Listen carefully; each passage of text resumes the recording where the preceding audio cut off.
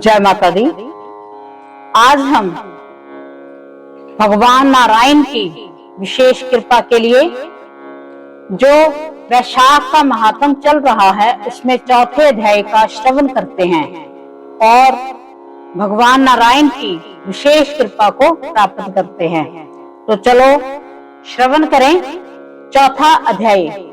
नारद जी कहते हैं कि मैं वैशाख मास में शरीर में तेल लगाना, दिन में सोना, कांसे के बर्तन में भोजन करना, दोबारा भोजन खाट पर सोना, घर में स्नान करना, यह सब कार्य वर्जित है। वैशाख मास में दोपहर के समय थके हुए ब्राह्मण के पैर दबाना सब व्रतों से उत्तम व्रत है। जो दोपहर में आए थके ब्राह्मण को सुंदर आसन देकर उसके पैर दबाता है वह सब बंधनों से मुक्त हो जाता है तथा गंगा आदि सब तीर्थों के स्नान का फल मिलता है।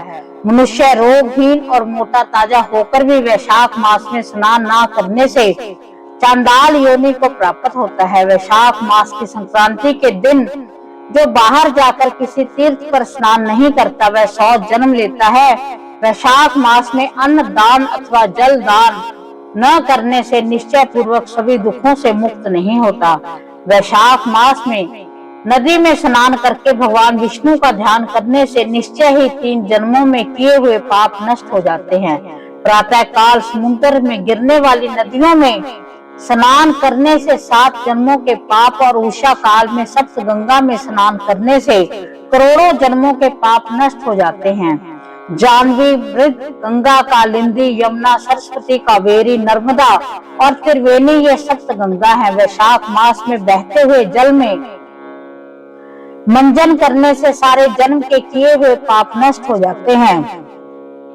दूध से उत्तम दही और दही से उत्तम घी है। वैसे ही सब मासों में कार्तिक, कार्तिक से माघ और माघ से वैशाख मास उत्तम है। दरिद्र तथा पराधीन को भी जो भी थोड़ी से थोड़ी वस्तु जल, कंद, मूल, फल, गुड़, छाछ आदि मिल जाए वह दान करनी चाहिए। दान न करने से दरिद्रता आती है और दरिद्रता से मनुष्य पाप करता है तथा पाप से नरक मिलता है। इसलिए मनुष्य को वित्त के अनुसार अवश्य दान करना चाहिए। वैशाख मास के देवता विष्णु हैं, इस कारण इस मास में किया हुआ जप, दान, यज्ञ और तप अधिक फल देने वाले हैं।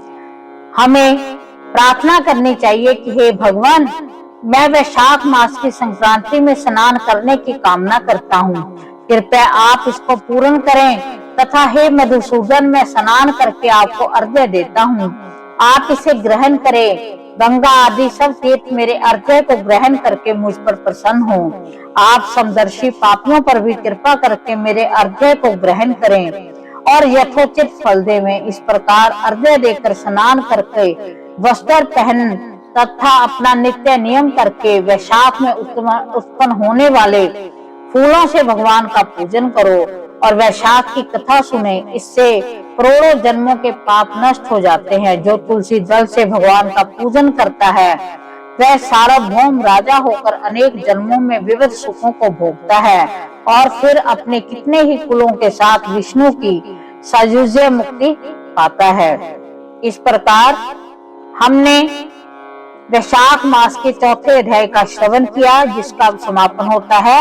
हम भगवान नारायण से प्रार्थना करते हैं कि वो हम पर अपनी कृपा दृष्टि बनाए रखें और इस मास का हमें फल दें।